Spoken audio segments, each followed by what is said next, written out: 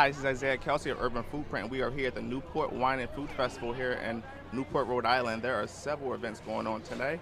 We have Chef Jacques Pepin doing a demo as well as some book signings, as well as many tastings that are going on all throughout this event. We have more than about 200 catering events going on and some tasting.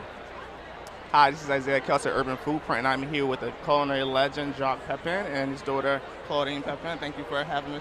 I'm not a legend? No. Well, I had a couple questions for you guys. You guys are really busy. It's coming. It's coming. You're up and coming. If I can ask one of you guys to open for you guys, being that I am also a culinary school graduate, how essential is it for culinary education into this culinary industry? I think that now it's becoming more of a requirement on job applications to have a culinary education, but I really think that what that really means is to be a good technician, and my father can address this better than I can, but they hope that you've met all of this criteria. You know what a mirepoix is, or how to saute, or how to do this, which is what apprenticeship used to do. So now we're bringing this kind of criteria through culinary education to the United States. So it's speaking a common language. Okay. You know? See that? Here. We have a DVD of 3 hours of technique wow. here. That's great. And that's important. From boning out a chicken to doing a caramel cage to... This is very visual. It's difficult to explain in words, but you do have to repeat those techniques over and over and over and over again so that they become part of your DNA. So now I don't have to think. I can be on television. I think in terms of combination of color, texture, but my hands are just working. So you have to transcend that level. As long as you're fighting with the technique, you cannot move forward really. Okay. And do you have a specific like a food philosophy, like on all food? I have a very good food philosophy. Eat as much as you can, drink as much as you can, okay. Eat with friends, cook with friends, okay. and eat with the family, that's good. And could you tell me a little bit about the book as well? Well, I have 27 books, 27 books, This is wow. the latest book, and with the book, usually I have a series on television. I do 26 shows in one shot, and this is the 12th series of 26 shows that I do with KQED, to the PBS station in San Francisco. So I've been with them 25 years. Even though I'm not from San Francisco, you can recognize my accent. I'm from Connecticut. Yeah. My other question is, right now, celebrity chefs and cooking it's almost a part of food culture. I mean, it's pop culture right now.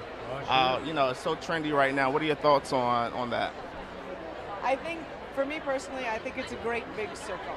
I think what is trendy is... Yeah, come on in. We would love some wine. It's our friend Tom. Thank you. How are you? Thank you, Tom. And, it's a big circle. Like now it's organic or farm or local. Well, that's what it was. My grandmother was organic and local because that's just what we had. She didn't know she was an organic farmer, but there were no pesticides. So, everything is kind of cyclical and it's all coming back around. Okay. And so I don't think it's really trend. I mean, I think molecular gastronomy is a trend, but it's a trend, and my father has a better way. Ask him about molecular gastronomy. He has a better way of explaining this. When we had Nouvelle Cuisine many, many years ago, now it's over too, there is many things. We never serve anything on a plate before. Now all the chefs serve everything on plate. All that comes from Nouvelle Cuisine. And molecular gastronomy use a lot of gel, a lot of dry ice, a lot of sous vide, a lot of different kind of technique. And it's like, as Claudine was mentioning, Jean-Paul Gaultier, the French designer, she's totally outrageous. You see those women walking down the runway, you say, who's going to wear that stuff? Yeah. But somehow it trickled down to the pret-à-porter eventually. And likewise with the molecular gastronomy, some will remain and will stay. We're moving forward. And are there like any, what are 5 essential ingredients that every cook must have in their kitchen? Oh, I got it. You got it? Salt, pepper, oil, butter, garlic or leeks, eggs. Egg, onion, chicken. If I had eggs and chicken, I don't know if I have the chicken before the eggs or the egg before the chicken, but... Oh, yeah. The world will never know over that one. Now, is there like any, do you have a specific You cook so many things. Do you guys have like a guilty pleasure? Something that's not so, like at Like something that late night, you want something really good, and we're still eating it at 10 or 11 o'clock at dinner.